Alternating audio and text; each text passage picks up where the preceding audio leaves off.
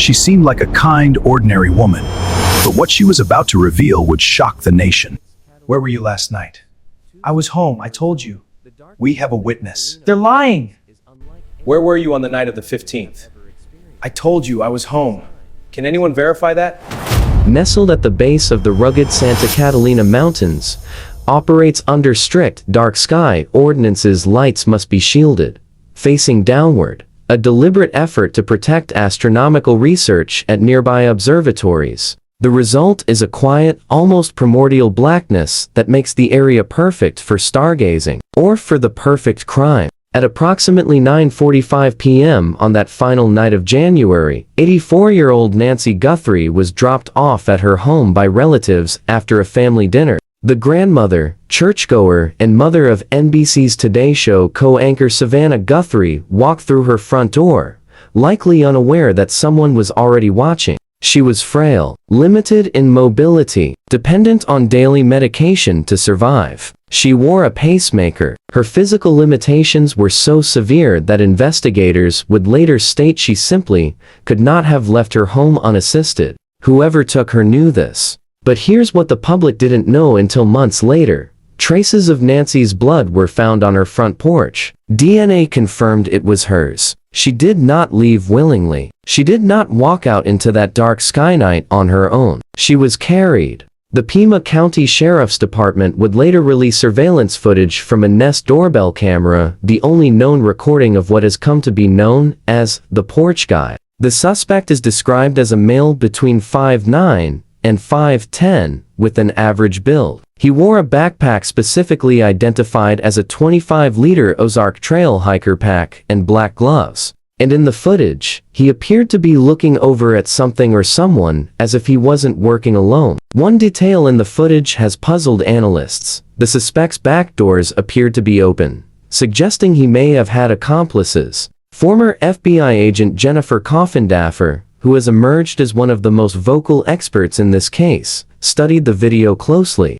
She pointed out subtle clues. The way the suspect handled vines showed he was right-handed, and there was evidence of what appeared to be a handheld radio. This evidence and two back doors being open indicate he was not alone, Coffindaffer later wrote, but on that night, the only witness was the darkness itself. At 10:00 p.m., Nancy Guthrie was in her home. By morning, she was gone. When she failed to appear at a friend's house to watch a virtual Sunday church service the next day, alarm bells rang. A church member contacted her family. The Guthrie family, Savannah, her brother Cameron, and sister Annie rushed to their mother's home. What they found would shatter them. And what came next would turn this case into one of the most baffling, twisted kidnappings in modern American history. The ransom February 15, 2026, Tucson, Arizona, to national newsrooms. Within 24 hours of Nancy Guthrie's disappearance, the first message arrived. It came not to the family directly, but to multiple media outlets. The ransom note demanded millions in Bitcoin for her release. It contained shocking details about Nancy's home, specific information about her bedroom, the layout of the house, and the surrounding property. Whoever sent this note knew more than any stranger should. They knew the layout of an 84-year-old woman's bedroom. They knew her habits. They knew exactly where to go and how to get in. The note was addressed to Savannah Guthrie herself, a chilling reminder that the kidnappers were targeting not just an elderly woman, but an entire family. One of America's most beloved television personalities was now the subject of a public ransom demand. The family scrambled. Savannah released an emotional video pleading directly to the kidnappers. "We received your message, and we understand. We beg you now to return our mother to us." She made it clear, we would pay. The family offered a staggering $1 million reward, with the FBI adding another $100,000 for information leading to Nancy's safe return. The family wanted to make it clear that they would do anything to get her back. But here's where the case began to show cracks. There was no proof of life. None. No video of Nancy alive. No audio call. No photo of her holding a newspaper. Nothing that would prove she was still breathing. This is not how ransom kidnappings work in the real world. In genuine ransom kidnappings, especially those targeting wealthy families, the abductors send proof of life to negotiate. They establish communication channels. They build trust that the victim is still alive to make the payoff worth it. The Guthries received no direct communication, no negotiation, no proof that their mother was still among the living, but they clung to hope. Pima County Sheriff Chris Nanos told Reuters there was no proof of death either, so his working presumption was that Nancy remained alive. Then came February 5, the deadline. The first ransom note demanded the Bitcoin payment by 5 p.m. on that date. The family scrambled. The public watched. The world held its breath. The deadline came. The deadline passed. No payment was made. And then, less than 24 hours later, a second note arrived. The mea culpa. February 6, 2026, the second note. The second note was different. It came from the same IP address as the first, which investigators immediately noted, but this time, there was no ransom demand, no deadline, no negotiation. Instead, there was an apology. The note claimed that Nancy Guthrie had died. The abductors expressed regret. They said they didn't mean for her to die. But here's the thing. If you kill your kidnapping victim, you don't exactly paint a target on your back by confessing unless you have a very good reason. Former FBI agent Jennifer Coffindaffer believes she knows exactly what that reason is. They have a murder on their hands as opposed to a kidnapping, and that is punishable by the death penalty in Arizona, and they well know this, Coffindaffer told NewsNation. This is some sort of pretext to kind of say, listen, we didn't mean for this to happen. Mea culpa, if you will, for the event that they are caught. She believes the note was a legal shield, a preemptive defense, in case they ever ended up in court. In Arizona, kidnapping is a serious crime. But murder, especially murder during the commission of a kidnapping, that's death penalty territory. The abductors knew Arizona law. They knew the stakes. They knew that if Nancy Guthrie was dead, they were now fighting for their own lives. So they wrote the second note.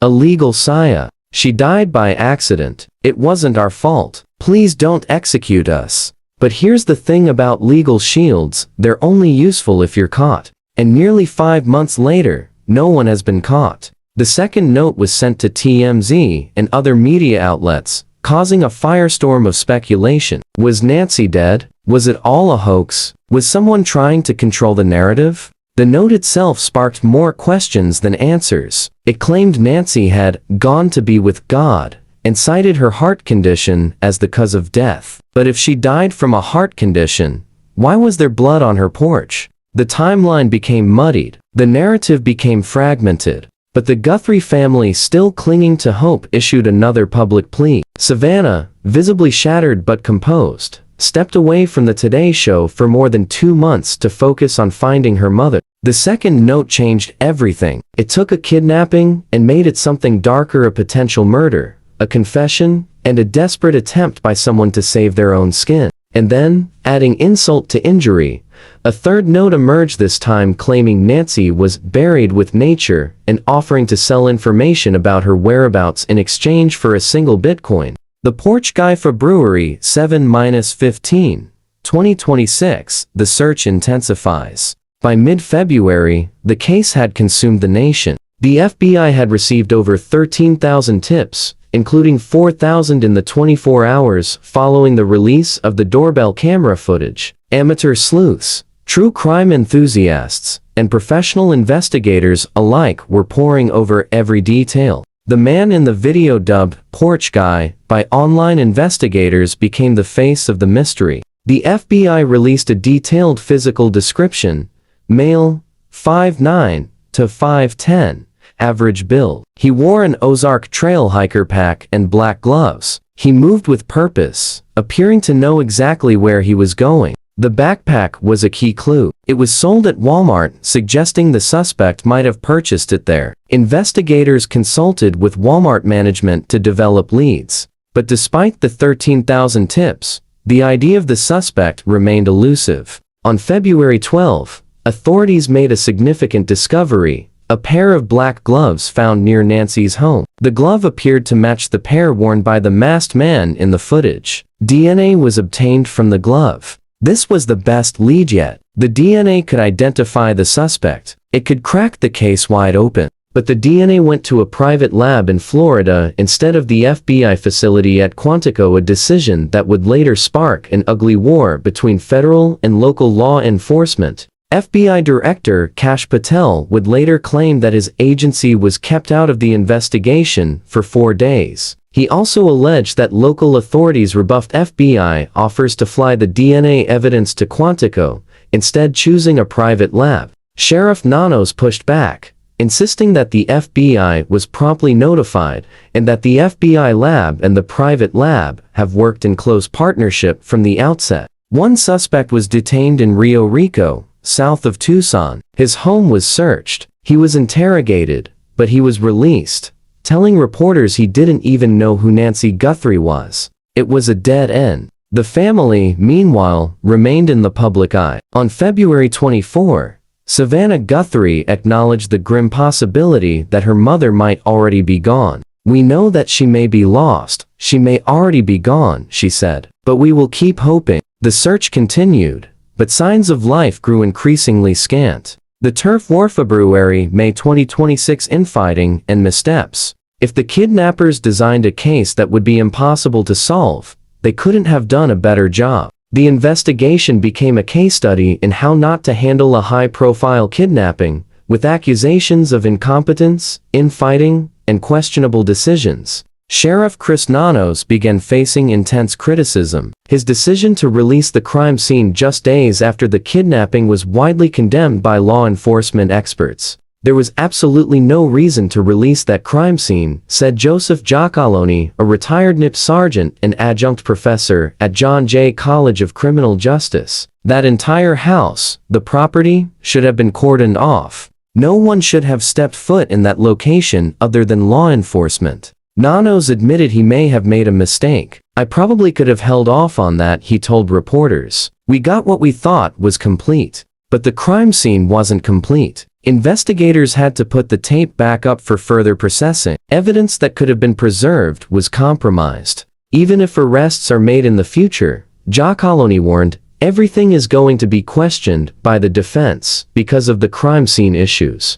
The feud between the Pima County Sheriff's Department and the FBI escalated. FBI Director Patel claimed that the Sheriff's Department rebuffed FBI help and kept them out of the investigation for days. Sheriff Nanos insisted the FBI was involved from night one. Patel also criticized the decision to send DNA to a private lab in Florida instead of Quantico. "Our lab's just better than any other private lab out there, and we didn't get the chance to do that," Patel said. "I understand everybody's frustrations." Nanos, for his part, pointed to the geographic challenges. The terrain in the Catalina foothills is rugged, filled with dry watercourses called arroyos that go right up to people's backyards, making it easy for criminals to move undetected. "Frankly, there's so much traffic, it's hard to pick out footprints," said consultant David Smith, a former Arizona law enforcement officer who walked the area around Guthrie's house. "That's the geographic challenge."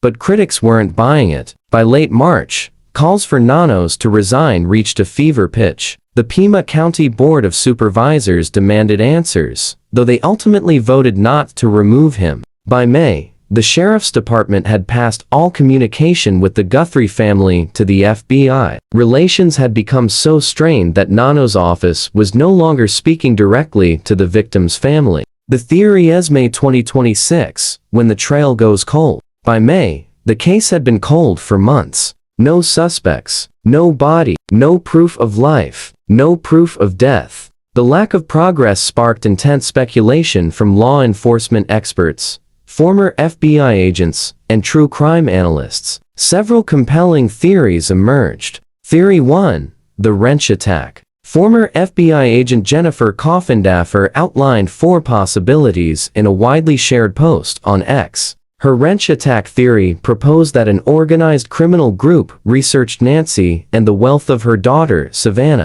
With a plethora of photos of Nancy, her home, even her bedroom, She was a ripe target for an easy abduction, Coffindaffer wrote. The closeness of Savannah and Annie to their mother made the prospect of getting paid likely. Closeness of Savannah and Annie to their mother made the prospect of getting paid likely. They didn't want her to die before they could make the claim and send proof of life and get their ransom, so this went horribly wrong for them, Coffindaffer said. Theory 2. The handyman. The second theory, someone known to the family, like a handyman or family friend, drew on cases like the Hetty Braun abduction, where the abductor waited days to make a ransom demand. The suspect had extensive knowledge of Nancy's home and habits. He knew where her bedroom was. He knew the layout. A stranger might not know these details, but a repairman, a friend, an associate, they would. Theory 3. The revenge plot. The third theory was the darkest,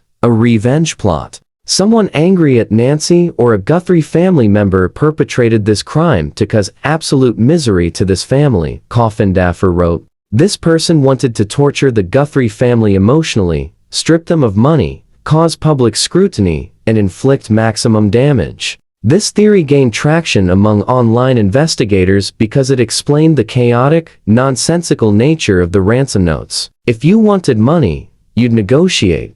But these abductors seemed more interested in causing pain than earning a payout. Theory 4. Charles Brewer's wrong person theory. Charles Brewer, a former law enforcement officer who has become a prominent YouTube commentator on the case, offered another perspective. If this truly was a celebrity-targeted kidnapping connected directly to Savannah Guthrie, why has there been no meaningful ransom communication? Brewer asked. Why leave over $1 million untouched? Why create ransom-style messages that reportedly make little sense? Why no sustained negotiations or proof of life? Brewer suggested the abductors might not be strangers at all. Something still feels off. Something still feels untouched, he said. He wondered if a dangerous person orbiting somewhere close to this family was responsible. Not necessarily family directly, he clarified, but maybe a friend, an associate, or someone with a business relationship or debt involving the Guthries. Sheriff Nanos, however, has publicly stated that the family has been cleared as suspects and that suggesting otherwise is not only wrong, it is cruel. The unanswered 2026 5 months and counting. As this story is written, Nancy Guthrie has been missing for nearly 5 months. The Pima County Sheriff's Department insists the case is active and ongoing. Sheriff Nanos has said his department is getting closer to identifying whose blood was found on the property. He said investigators are closer to solving the case, but has not specified how. But the trail has gone remarkably cold. The FBI has not identified a suspect. No arrests have been made. There has been no known contact between any suspects and the Guthrie family or authorities. The abductors have vanished into the same dark sky that helped them pull off the crime in the first place. What does this silence mean? Private investigator Dan Ribicoff believes the kidnappers have gone into hiding because of the massive media attention. The fame probably drove the kidnapper underground, realizing that there was a massive manhunt, Ribicoff said. He believes Nancy likely died early on, and the suspects disposed of her body, making it nearly impossible to find. Former FBI agent Coffindaffer agrees. I do really believe that, unfortunately, Nancy Guthrie is not with us. But other experts are less certain. David Smith, the former Arizona law enforcement consultant, told the BBC he doubts the ransom note's authenticity and believes Guthrie may have been ferreted to Mexico, where she could be more easily kept out of sight. The Guthrie family continues to offer a $1 million reward. Savannah has returned to the Today Show, wearing a yellow outfit on her first day back, an apparent nod to the ribbons and flowers left outside her mother's home as a symbol of hope. But the hope is fading. The questions that remain: what happened to Nancy Guthrie? Who was Porch Guy? Were there accomplices? Was the ransom note real? Was the mea culpa note a legal shield or a confession? Why did the abductors send proof of death, but never proof of life? Is Nancy still alive somewhere, or is she truly buried with nature? The 84-year-old grandmother vanished into the darkness of a January night, taken from her bed by someone who knew exactly where to find her. And nearly 5 months later, The only thing the kidnappers have left behind is a trail of notes, unanswered questions, and a family that has been forced to grieve a woman whose fate remains unknown. Savannah Guthrie said it best in her family's public plea. "We know that she may be lost, she may already be gone, but we will keep hoping." For the Guthrie family, the hope has to be enough, because justice and answers remain as elusive as the dark sky night that stole their mother away.